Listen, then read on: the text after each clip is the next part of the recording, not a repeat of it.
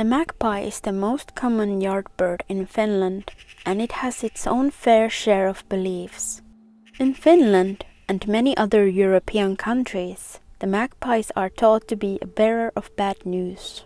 That's why in the Keuruu area the magpie is known as the informant of death, and in the Halikko area as the devil's magpie. It was believed that the devil created the magpie. When God created birds, the devil arrived jealous and wanted to create a bird too. Thus, a magpie was born. After noticing who his creator was, the magpie tried to escape. The devil managed to grab the bird by its tail, and that's why the tail these days is as long as it is. An alternative story for the tail is that the curious bird got stuck in tar, and while thrashing around, the tail stretched.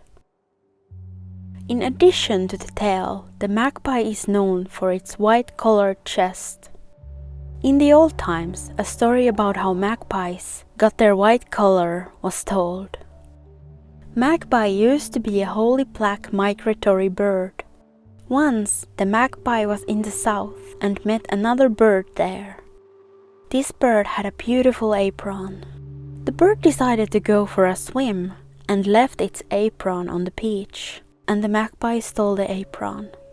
After noticing this, the other birds started to chase the magpie. The bird threatened to kill the thief if they ever caught them. In fear, the magpie fled to the north and never returned back to the south. The magpie is known for being greedy and liking shiny objects. However, this bird knew how to expose a person who had claimed their property unfairly. When this person died, the birds gathered around at their funeral. Also, a witch on their deathbed got visited by the devil's bird. Seeing a magpie meant bad luck, and because this bird likes to nest near human settlements, one could rarely avoid seeing the bird. Therefore, the residents of the household considered the tree where the bird lived a sacred one. One should never hew down this tree, otherwise bad luck would strike.